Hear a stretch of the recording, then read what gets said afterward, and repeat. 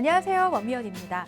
보통 40대 이상 중년 남성에게 나타났던 발기부전이 최근 20, 30대 젊은 층에서도 나타나는 추세인데요.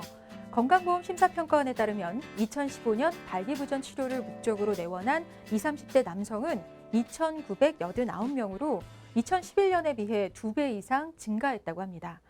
스트레스 등 불안한 심리적 요인 때문에 발기부전을 호소하는 젊은 남성들이 점점 늘고 있다고 하는데요. 발기부전을 나이가 들면 노화로 인해 을에 생기는 질환으로 치부해서는 안 될 것 같습니다.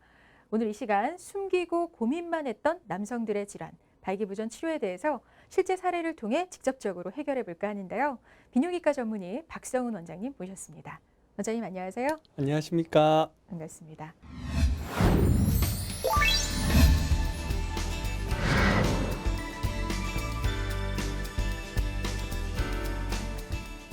자, 먼저 환자 사례부터 살펴보도록 하겠습니다. 37살 환자입니다. 20대 중반부터 비아그라 등을 복용하기 시작했는데 30대 초반부터는 먹는 약에 반응이 별로라서 주사제를 사용하기 시작했습니다. 처음에는 주사제에 대한 반응이 좋았는데 점점 약의 용량이 늘어갔고 이제는 거의 최고 용량을 사용해도 반응이 좋지 않은 상황입니다. 미혼이라 결혼도 해야 하는데 고민이 많습니다. 어떤 방법이 없을까요? 네, 발기부전하면 40대 이상의 중년 남성들의 고민이라고만 생각을 했는데 최근 들어 20, 30대 환자들이 좀 부쩍 늘었다고요, 원장님? 그쵸. 이제 젊은 환자분들인데도 불구하고 젊은 환자분들 중에는 많은 경우 이제 약만 처방해도 되는 경우들도 많은데 네. 제 생각에는 그래요. 이게 최근에 젊은 환자들이 는 게 아니고 어느 시대나 있었을 겁니다. 어느 시대나 그 연령의 그 환자분들 비율은 있었을 것이나 옛날에는 치료할 방법도 없고 치료할 의지도 없었을 것 같아요. 그리고 병원을 가는 것도 어렸을 거. 그래서 아마 그런 차이가 있지 않을까 싶습니다. 그래서 지금 이 사례에 나왔던 환자분 같은 경우에는 비교적 젊은 나이시죠. 제가 주로 수술을 받으시는 환자분들 연령대를 이제 제가 해놓은 걸 통계를 보면 50대 후반, 60대 초반이 가장 많으시거든요. 근데 그렇진 않으시니까 비교적 젊은 편이시긴 하죠. 근데 이분은 비교적 젊은 나이인데도 약물 치료에 반응이 거의 없으셨어요. 그렇게 해서 이제 내원하시게 된 경우였죠. 그렇군요. 근데 이 환자분의 경우 20대 중반부터 치료제를 복용을 하셨다고 해요. 젊은 나이에 발기부전이 시작된 경우인데 굉장히 고민이 많았을 거라는 생각이 들거든요. 그렇죠. 그래서 이 같은 경우에는 아마도 선천적인 영향이 좀 있지 않았을까 싶어요. 그 본인이 좋았던 적이 없다 이렇게 표현하시니까요. 사실 내가 자신 있었던 적이 없다 이렇게 얘기하셨고, 두 번째는 20대 초반에 그래도 좀 괜찮을 때 술을 한 잔만 마셔도 정말 전혀 안 됐대요. 술을 마시면은 사실 그럴 수는 있거든요. 술이라는 게 이제 전신에 있는 동맥을 좀 확 이완시키니까 그렇기 때문에 이제 비특이적으로 이완시키니까 음경으로 혈류가 몰리질 못해서 그럴 수 있다라고 생각할 수 있지만, 이분 경우는 그래도 그렇게 되려면 보통 술을 좀 많이 과하게 마시는 경우 본인 주량에 그런 건데 이분은 정말 한 잔만 마셔도 안 되시더래요. 그래서 처음에 심리적인 건가 뭔가 고민하셨는데 전혀 그렇지 않았죠. 그때부터도 환자분이 이미 그게 좀 약하다 보니까 결혼에 대한 스트레스가 되게 커지시는 거예요. 여자친구를 만났는데 혹은 결혼을 하는데 이제 이게 안 되면 어떡하나 막 이런 고민이 이제 심했던 거죠. 아까 이제 예전에는 없었다 있었다는 얘기를 했는데 아마도 옛날에는 1초 지종인가? 그래서 우리가 한번 결혼하면은 평생 사는 그런 형태였잖아요. 그쵸. 그러니까 어떡하겠어요 라고 살았겠죠. 근데 요즘은 안 그렇더라고요. 제가 보면은 젊은 환자들이 적극적인 치료 의지를 가진다 그러면은 결과가 괜찮아요. 결혼하기 전에 남자들이 적극적인 치료 의지를 가지고 혹은 결혼하고 직후에 난 뒤에라도 남자가 적극적인 치료 의지를 가지면 부부의 결혼 생활이 특별한 문제를 있는 경우를 못 봤어요. 근데 남자가 적극적인 치료 의지가 없다. 그리고 결혼 전이든 결혼 후든 그러면은 결과가 별로 안 좋더라고요. 그래서 불만족스러운 성생활이 영향을 아무래도 미칠 수밖에 없는 거군요. 결혼 생활이 보통 이렇게 파경으로 끝나는 경우가 많은데 제일 포인트는 아마 여자 쪽 부모님이신 것 같아요. 특히나 장모님들. 아, 그래서- 장모님이요? 예.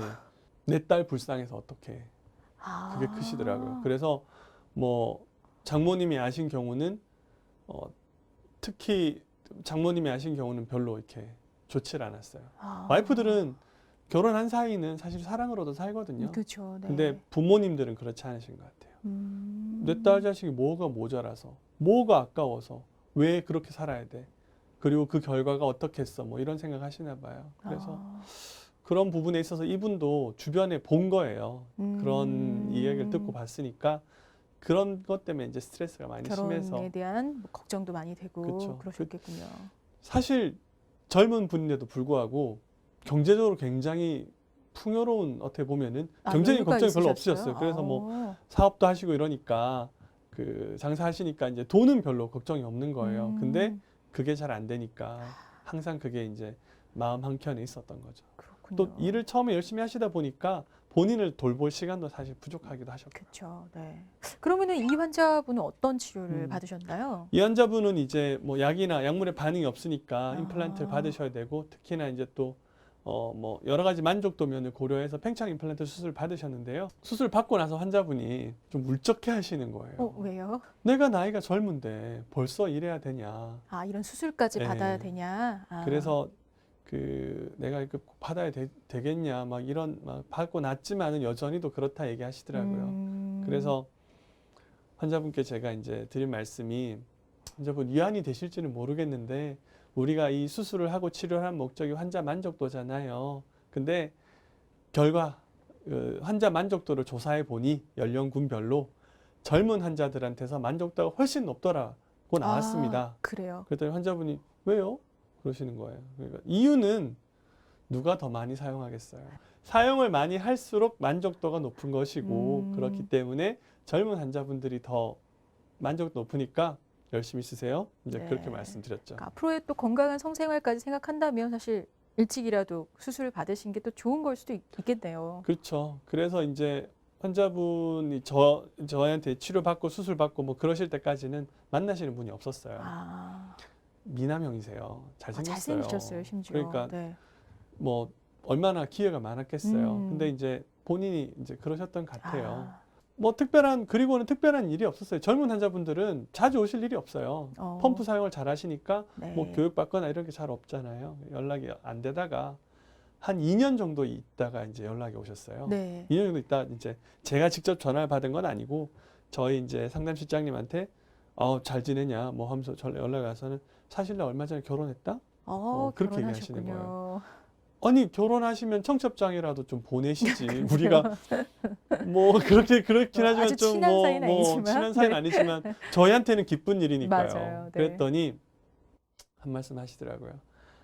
내가 결혼할 수 있게 된 게 누구 때문인데 청첩장까지 보내서 축의금 받긴 내가 좀 미안했다. 부담을 드릴 수 없었다. 대신에 내가 고맙다고 얘기하려고 전화한 거다. 음. 결혼했고 지금 뭐 결국 결혼하고 나셔서 이제 결혼하기 나셔서 아셨는 줄 알았는데 결혼하기 전에 와이프가 수술 받으신 걸 아셨대요. 와이프 되실 분이. 근데 고마워하더래요.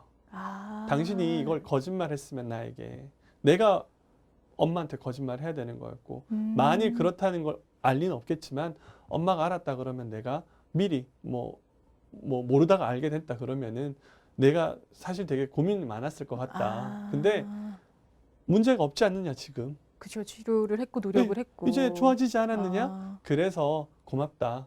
그리고 이제 되게 거기다가 이제 고맙다고 전화 좀 해라. 그래서 전화가 온 거더라고요. 그렇군요. 결국에는. 해피엔딩이네요. 네, 정말 훈훈한데요. 예. 근데 이제 앞서 뭐 말씀드렸지만 이번 환자분처럼 20, 30대 젊은 나이에 발기부전으로 고민하시는 분들 굉장히 많다고 합니다. 이 젊은 층의 발기부전 치료는 어떻게 하는 게 좋은 걸까요, 원장님? 발기부전의 현재 이제 교과서적인 진료 지침은 일단 검사나 이런 거를 배제하고 환자에게 약을 처방하게 돼 있습니다. 뭐 약이 잘 들으니까 네. 그렇다라고 생각할 수 있는데 저는 그거에 대해서 동의하지 않습니다. 뭐 약을 처방하라는 거는 그거는 이해하겠는데 제가 나이가 예를 들어 20살인데 20살 나이에 잘 안 돼요. 그래서 병원에 갔어요. 의사 보고 진료 받았는데 당신 평생 약 먹고 사세요. 딴 것도 아니고 그것 때문에. 그럼 매번 그러면 내가 약을 먹어야 되나? 매번 그래야 되나? 그걸로 인한 좌절이나 스트레스는 엄청날 것 같아요. 네네. 아니 적어도 내가 매번 약을 먹어야 된다 그러면은 왜 먹어야 되는데? 무슨 이유 때문에? 어떤 이유 때문에? 내가 정말 좋아질 수 있는 건 나 아니야? 뭐 혹시나 뭐 다른 방법은 없어? 그래서 저는 20, 30대 환자들에게 만일 그들이 원한다면 원인을 찾아주는 검사를 권합니다. 네. 왜? 최소한 내가 어느 정도다. 그리고 진짜 있다 없다. 발기부전이 있다 없다. 있으면 어느 정도다. 그리고 어느 정도면은 어떠어떤 치료 옵션이 있다. 혹여나 좋아질 수 있는 방법이 있다면 그걸 찾아서 권해주는 것이 그들에게는 중요하거든요. 왜? 여생이 많이 남았으니까. 그렇죠. 네. 뭐 50대 이후분, 60대 이후분들 정말 플레저 목적으로, 기쁨을 목적으로 약을 처방받겠다. 괜찮아요. 그분들은 검사하실 이유 없어요. 네. 그러나 20, 30대 젊은 환자들은 오랜 세월 안고 가야 되는 문제를 그들에게 그냥 방관하는 거는 전 아닌 것 같아요. 그래서 그분들이야말로 좀 더 적극적으로 우리가 다가가서 해결해 줘야 되지 않나. 그게 제 생각입니다. 네, 보다 근본적인 해결책을 제시해 줘야 한다. 네. 사실 최근 환경적으로 인스턴트 음식 섭취가 늘고 또 잦은 흡연과 음주로 인해서 20, 30대 발기부전 환자가 예전에 비해 크게 증가했는데요. 사실 젊은 환자분의 경우 스트레스 때문에 일시적인 거겠지 하는 생각에 방치했다가 근본적인 치료를 못하는 경우도 많다고 합니다. 하지만 제때 치료하지 않고 방치하면 자신감 상실, 우울증 등 어떤 그런 원인이 될 수 있는 만큼 정확한 원인을 찾고 해결하는 노력이 필요할 것 같습니다. 원장님 오늘도 좋은 말씀 고맙습니다. 감사합니다.